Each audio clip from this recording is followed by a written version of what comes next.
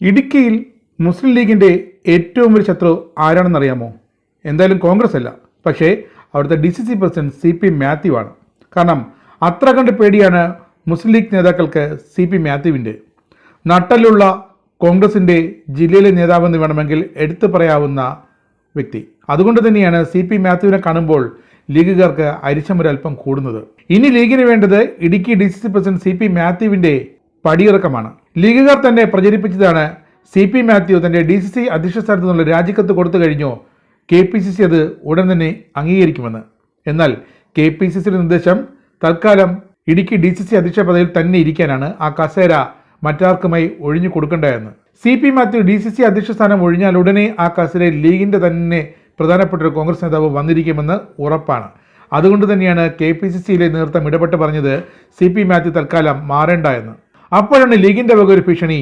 CP Mathew Idukki DCC പ്രസിഡന്റായി ആ കസേരയിൽ ഇരിക്കുന്നിടത്തോളം കാലം ലീഗിൻ്റെ ആളുകൾ കോൺഗ്രസുമായി സഹകരിക്കില്ല എന്ന്. അങ്ങനെയെങ്കിൽ ആ സഹകരണം കോൺഗ്രസിന് വേണ്ട എന്ന് വളരെ വ്യക്തമായി മുഖത്ത് നോക്കി പറഞ്ഞിരിക്കുന്നു ഇടുക്കിയിലെ DCC നേതൃത്വം. കോൺഗ്രസ് വേണ്ടി വന്നാൽ ഇടുക്കിയിൽ ഒറ്റയ്ക്ക് നിൽക്കുമെന്നും മുസ്ലിം ലീഗിൻ്റെ അഹങ്കാരം അങ്ങ് കയ്യിൽ വച്ചാൽ മതി എന്നും പറയാൻ കഴിവുള്ള ഒരേ ഒരു നേതാവാണ് ഇപ്പോൾ ഇടുക്കിയിൽ CP മാത്യു. നട്ടലുള്ള ഒരു കോൺഗ്രസ്സുകാരൻ ഇടുക്കിയിലുണ്ടെന്ന് മുസ്ലിം ലീഗിനെ മനസ്സിലാക്കി കൊടുത്തതും CP മാത്യു തന്നെയാണ്. മുസ്ലിം ലീഗ് എന്ന വർഗീയ പാർട്ടിയുടെ മുന്നിൽ കോൺഗ്രസിന്റെ അഭിമാനം ഉയർത്തിപ്പിടിച്ചു എന്നാണ് ഒരു വിഭാഗം കോൺഗ്രസ്സുകാർ ഇപ്പോൾ പാർട്ടിക്കുള്ളിൽ പറയുന്നത്.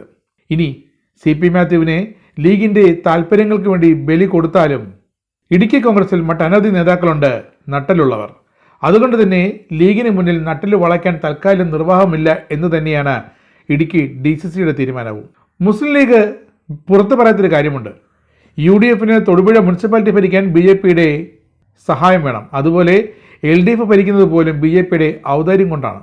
13 സീറ്റുള്ള UDF, 12 സീറ്റുള്ള LDF, 8 സീറ്റുള്ള BJP. ഇതിനിടയിലാണ് 6 സീറ്റുള്ള മുസ്ലിം ലീഗുകാർ വളരെ സമ്മർദ്ദതന്ത്രം പ്രയോഗിക്കുന്നു എന്നൊക്കെ ഇപ്പോൾ വാർത്ത പടച്ചിറക്കുന്നത്. 8 കൗൺസിലർമാരുള്ള BJP മാറി നിന്നാൽ പോലും CPM തൊടുപുഴയിൽ ജയിക്കുമെന്ന വസ്തുത ലീഗുകാർ അറിഞ്ഞിട്ട് മിണ്ടാത്തതാണോ അതോ അറിയാതെ നടിക്കുകയാണോ? എന്തായാലും 7 ജില്ലകളിൽ ഒറ്റയ്ക്ക് നിൽക്കും. മലപ്പുറത്ത് കോൺഗ്രസുമായി യാതൊരു ബന്ധവും വേണ്ട. തൊടുപുഴ മുനിസിപ്പാലിറ്റിയിൽ കോൺഗ്രസിനൊപ്പം ഇനി സഹകരിക്കില്ല. ഇതൊക്കെയായിരുന്നു യൂത്ത് ലീഗുകാരന്മാരുടെ മുദ്രാവാക്യത്തിലെ വരികൾ. പക്ഷേ തൊടുപുഴയിൽ ലീഗിന് 6 സീറ്റ് കിട്ടിയത് ലീഗുകാരുടെ കഴിവുകൊണ്ട് മാത്രമല്ല എന്നുകൂടി അവർ ഓർക്കണം. 6 കൗൺസിലർമാരെ മുസ്ലിം ലീഗിന് തൊടുപുഴയിൽ കിട്ടിയെങ്കിൽ അത് കോൺഗ്രസുകാർ വിയർപ്പൊഴുക്കിയത് കൊണ്ട് കൂടിയാണ്.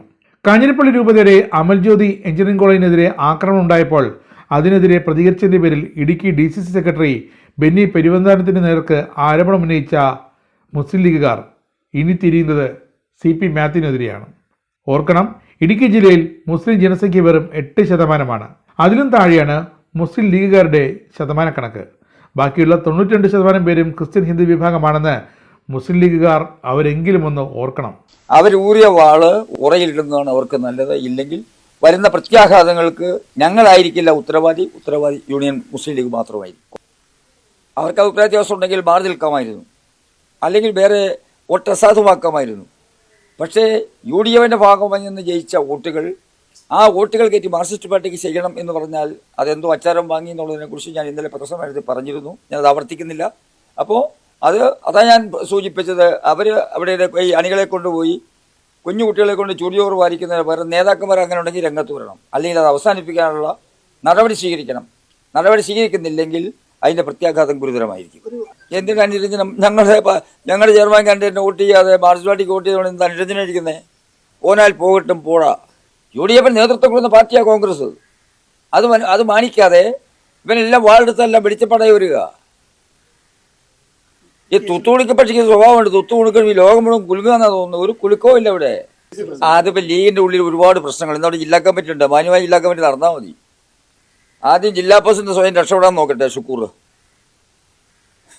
ആദ്യം അത് വൈദ്യരെ സ്വയം ചികിത്സിക്കുമെന്നാണ് പറയാനുള്ളത്. ലീഗിനകത്തെ പ്രശ്നങ്ങൾ ആദ്യം തീർക്കട്ടെ.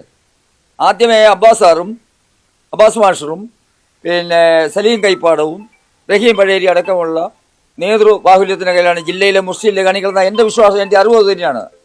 അവരെ ആഫീസ് പൂട്ടിയിട്ടേക്കുക. ഇന്ന് അവിടെ ജില്ലാ കമ്മിറ്റി കൂടുന്നത് ഉടച്ച തമ്പരാനേ അറിയാവുള്ളൂ. ഇന്ന് അവിടെ അവർ കൂടുമെന്നുള്ളത്. ആദ്യം സ്വയം വൈദ്യരെ ചികിത്സിക്കുമെന്നാണ് എനിക്ക് പറയാനുള്ളത്. അവർ ആദ്യം അവരുടെ ഉള്ളിലെ പണി തീർക്കട്ടെ. പിന്നെ DCC പ്രസിഡന്റ് മാറ്റി നിർത്തുന്നതും തീരുമാനിക്കുന്നതൊക്കെ ഞങ്ങൾക്ക് നേതൃത്വമുണ്ട്. ലീഗ് നേതൃത്വമല്ല ഞങ്ങളുടെ ലീഡർഷിപ്പിന്റെ കാര്യങ്ങൾ തീരുമാനിക്കുന്നത്.